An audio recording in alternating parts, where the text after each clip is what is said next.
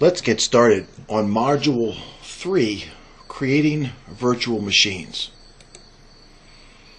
In this module we will look at virtual machine concepts and we will look at creating a virtual machine. First we create the virtual machine, then we will talk about virtual machine concepts. To create a virtual machine we first use the vSphere client to connect to the ESXi host.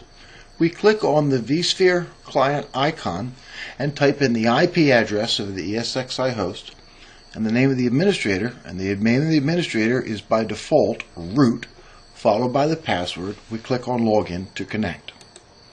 We are then connected to an ESXi host and we can see that there are several virtual machines already running on this ESXi host. To create a new virtual machine, we right click on the host and we select New Virtual Machine. Then we select Custom Configuration followed by Next, and we type in the name of the virtual machine. We might call it email server or domain controller or DNS server, or we might just call it file server 1 followed by Next. Then we select the data store. For the moment I will just select data store 1 followed by Next. And then we select the virtual machine version. We typically select the latest version, which is virtual machine version 8, which is compatible with all the newest hardware. The only reason we would select virtual machine version 4 would be for backward compatibility with an older version of ESX such as 3.0, and we're using ESXi 5.1. So we select the latest virtual machine version followed by Next. Then we specify the type of operating system that we plan to install into this virtual machine. Could be Windows, could be Linux. If it is a Windows operating system, we select the drop-down and specify which edition it is of the Windows operating system. Is it Windows 2012 server, 2008 server, 2003 server, maybe it's even old NT server or even old MS-DOS. I will select Windows 2012 server, followed by Next. Then we specify the number of CPUs which will be assigned to this virtual machine. You could assign 1 CPU to this virtual machine. You could assign 4 CPUs to this virtual machine, assuming you had 4 CPUs in the ESXi host. But I will leave it at 1 because I don't think it needs to, and I can assign more later if I need to. Click on Next, and then we select the amount of RAM which is going to be assigned to the virtual machine.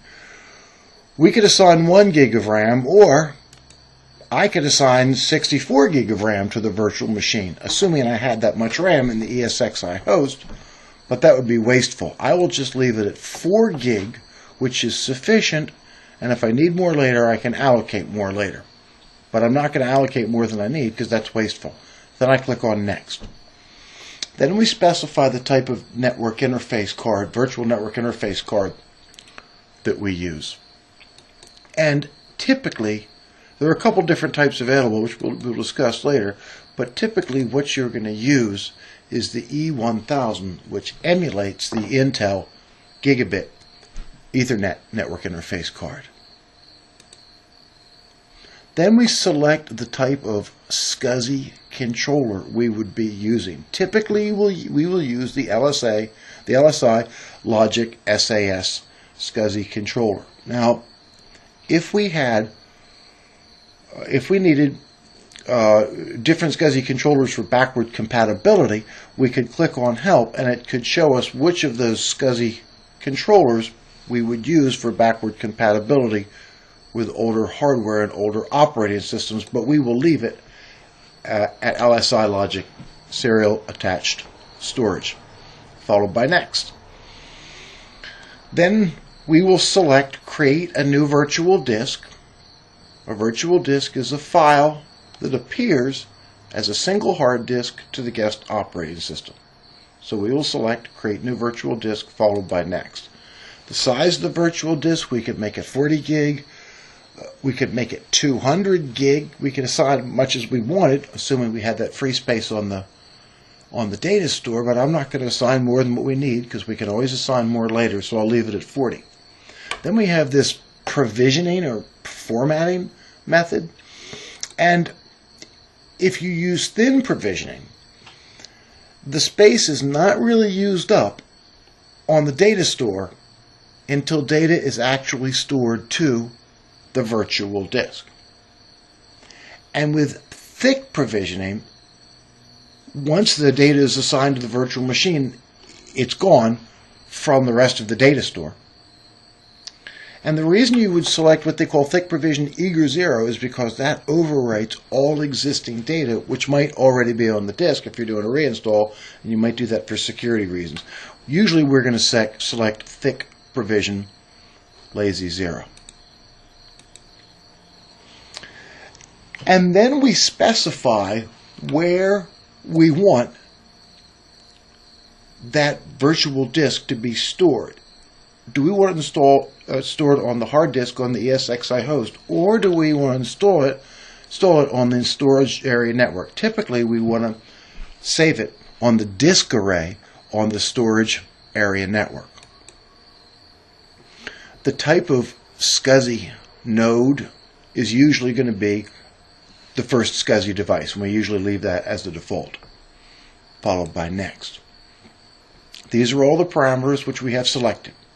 We click on Finish, and then we see File Server 1 has been created. To look at File Server 1, we click on the Virtual Machine Console, which is the picture of the little monitor. We click on that, and it shows us the virtual machine. We don't see anything because the virtual machine has been created, but it's not running. To power it on, we click on the green arrow button, and that powers on the virtual machine. We see that the virtual machine boots, and we see an error message that says operating system not found. That's because we've created the virtual machine, meaning we've allocated the hardware resources, but we haven't yet installed the operating system. So, to install the operating system, we put the Windows install DVD in the DVD reader, and then to reboot, we click on VM, followed by power, followed by reset. And what that does is it reboots the virtual machine. And then, assuming that the Windows install disk is in there, it reads the Windows install disk. And then, from here, we've successfully created the virtual machine, and now what we're doing is installing Windows 2012 Server. Now, this is really, the installation of Windows 2012 Server is really beyond the scope of the course. Installation of 2012 Server is covered in greater detail in dcom 202 Windows Server. The purpose of this course is to show you how to create a virtual machine, and then you can install whatever you want in that virtual machine. But this course does not teach Windows 2012 Server, but we're going to do it anyway, because usually after you create the virtual machine, then you'll typically install the guest operating system. So let's do it. Select Windows 2012 Server, click on Next. We select Install Now. Specify the edition, which is the standard edition. We accept the licensing agreement, followed by Next. And then it begins the long process of copying all the files from the Windows Server DVD installation disk into the virtual hard disk, which is in the virtual machine. And that takes a while. It copies. And when it's done, it reboots. Windows is installed, and then it boots to Windows 2008 Server, and then we can log in, 2012 Server, and then we can log in, and now we can see Windows 2012 Server has been installed in this virtual machine. And then typically after you install the Windows 2012 server or 2008, whatever, then you would typically specify the computer name, the domain name, and the IP address of that server operating system that you've installed within the virtual machine. After you have installed the operating system, then you install VMware Tools. To install VMware Tools, you go to the virtual machine, which we've already got running here, click on VM, followed by Guest, and select Install VMware Tools. And when we select Install VMware Tools, we see it says, installing the VMware Tools package will greatly enhance graphics and mouse performance on your virtual machine. And it'll do other things as well, such as load drivers. We'll talk about that later in the course. After we have installed the VMware Tools, we then see that VMware Tools is installed on this computer. So we've installed the virtual machine, installed the operating system. Now the users can access the server. The users at the workstations can now access the files on the server in the virtual machine. Now, if we compare this to the typical server-based network, what's the difference to the users? Typical server-based network, the users at the workstation access the files on the file server in a separate physical server. In a virtualized environment, the users access the files on the file server in a virtual machine. And what's the difference to the users? And the difference is none. From the user's point of view, they can't even tell the difference that we have virtualized our network. Allocating more resources to virtual machines. So let's say we got the server and it's been up and running for a while, but then when we look at performance, we see that performance has really grown. And performance is now through the ceiling. Processor utilization, memory utilization are really high. So what we can do is go back and assign more resources to that virtual machine.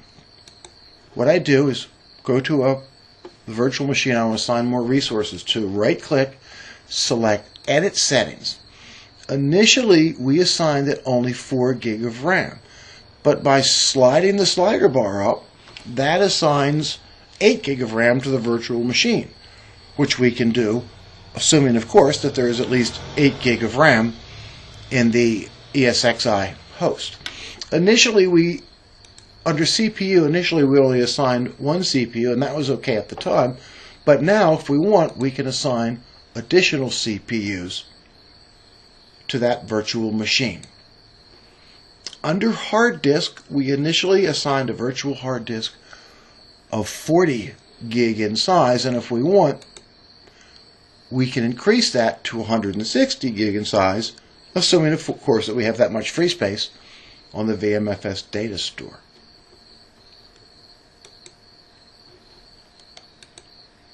So, creating a virtual machine summary. We use the vSphere client to connect to the ESXi host. Then we created the virtual machine and assigned it CPU, RAM, hard disk space. Then we installed and configured the guest operating system, such as Windows Server. Then we installed VMware Tools. And then we saw we could go back and assign more RAM and more hard disk space to the virtual machine as necessary. So that concludes the creating it part.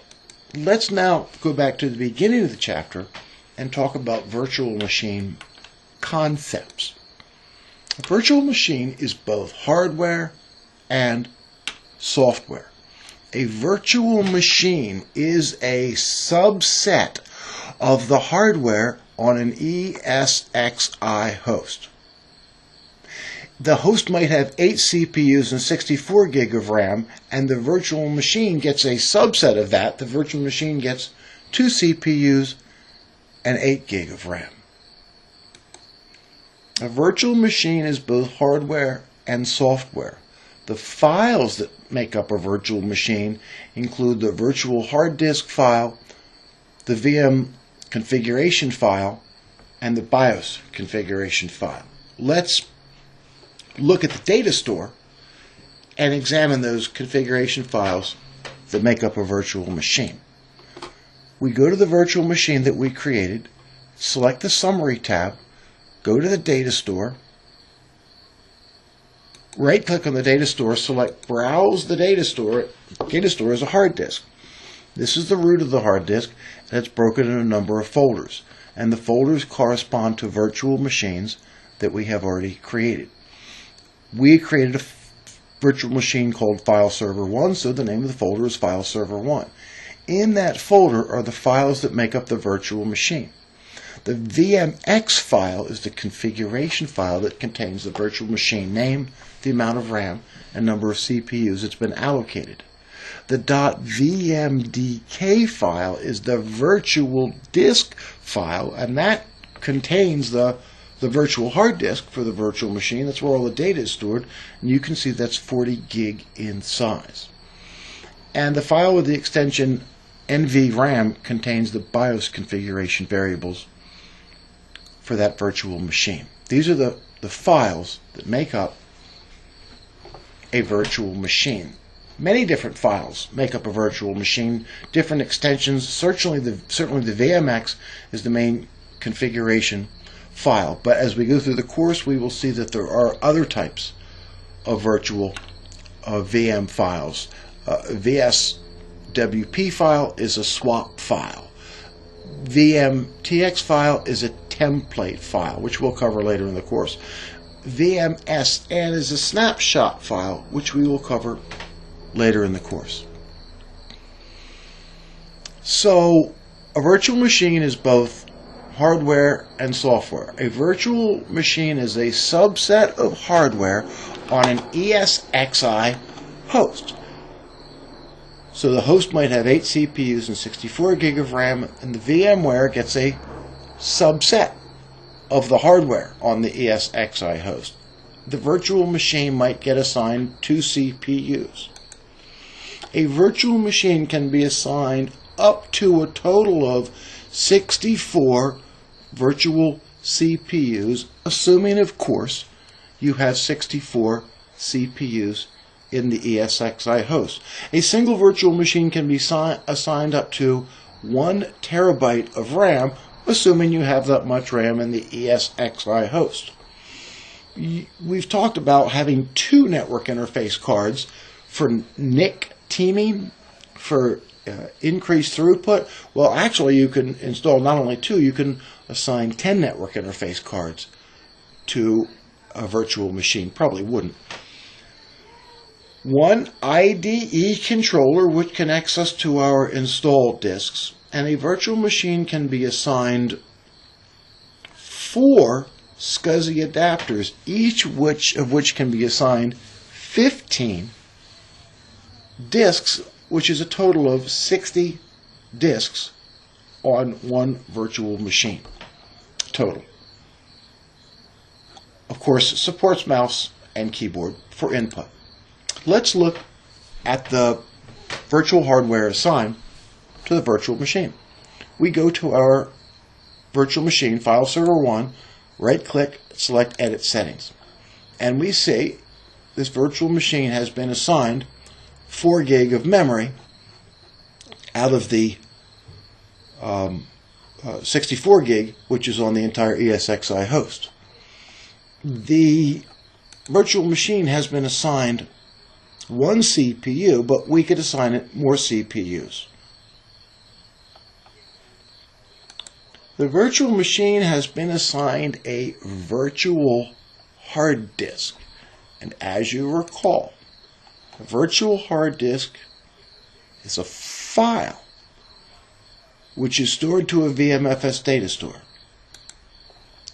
A virtual machine saves files to a virtual hard disk, which is a file on the VMFS data store, which is on the storage area network hard disk.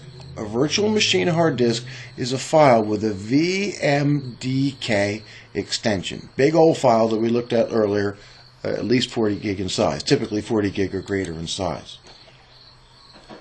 And you can increase the amount of storage space allocated to a virtual hard disk, assuming the space is available on your data store.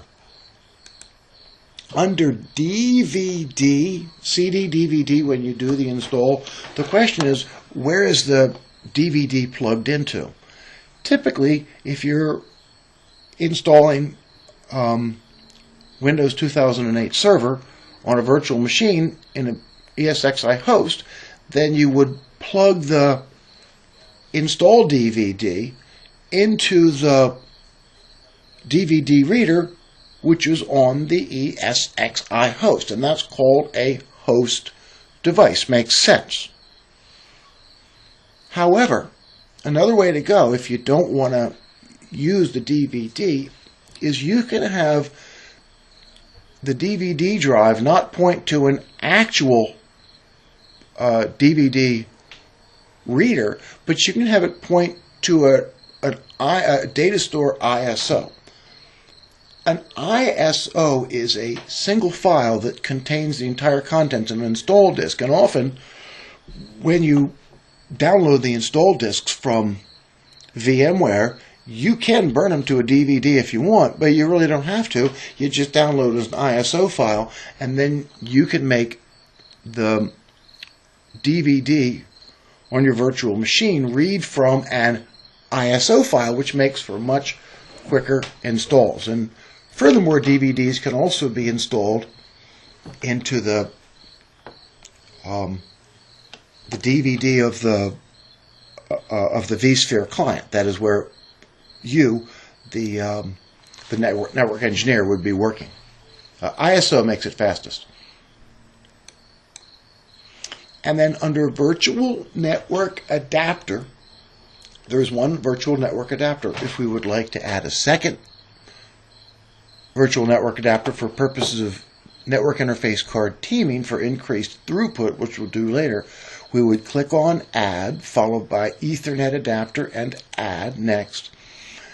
And typically the type of Ethernet adapter we would use would be called the E1000, because that emulates the Intel gigabit Ethernet card.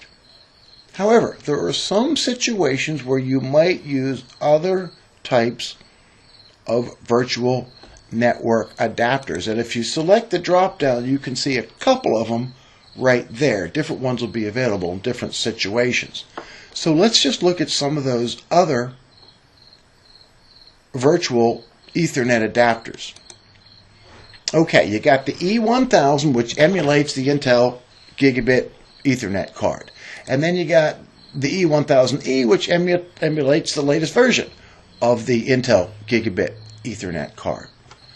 Then they have one called the VLANs, and that emulates the old AMD network card that ran at 10 megabits per second, and it would be used if you were installing an old 32-bit operating system that was designed to work with a network interface card that only ran at 10 megabits per second. That would be just used for backward compatibility.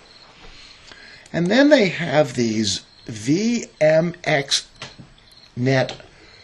para-virtualized network interface cards. And a para-virtualized network adapter has no physical counterpart. It's what they call virtualization aware. And what that means is it's optimized to interact with an ESXi host. And of course it requires VMware tools. And then you got VMXnet 2, which has more features, and then VMXnet 3, which is the next generation of para-virtualized network interface cards. And then you have one called Flexible, and that is installed, it initializes initially as the old 32-bit driver. And it can function as a VMXnet network adapter when VMware Tools is installed. We will leave it, most typically we will leave it at the E1000, which emulates the Intel gigabit Ethernet card.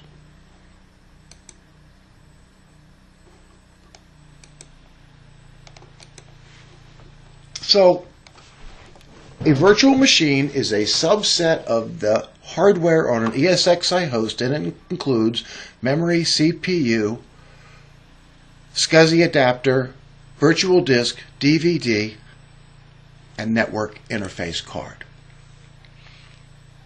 In this module, we have covered virtual machine concepts. What is a virtual machine? What are the files that make up a virtual machine? And what is the virtual hardware that you can assign to a virtual machine? And then we saw that you can create a virtual machine by using the vSphere client to connect to the ESXi host, creating the virtual machine, and assigning CPU, RAM, and hard disk space. Then you install and configure the guest operating system, such as Windows Server, and then you install VMTools, and then the users can access the server which you've installed in the virtual machine. Your exercise will be to connect to an ESXi host, create a virtual machine, install a guest operating system, examine the virtual machine's disk format and usage statistics, install VMTools, and then go back and edit virtual machine properties such as increase or decrease RAM or hard disk space which has been assigned. This concludes Module 3, Creating Virtual Disks. Thank you very much.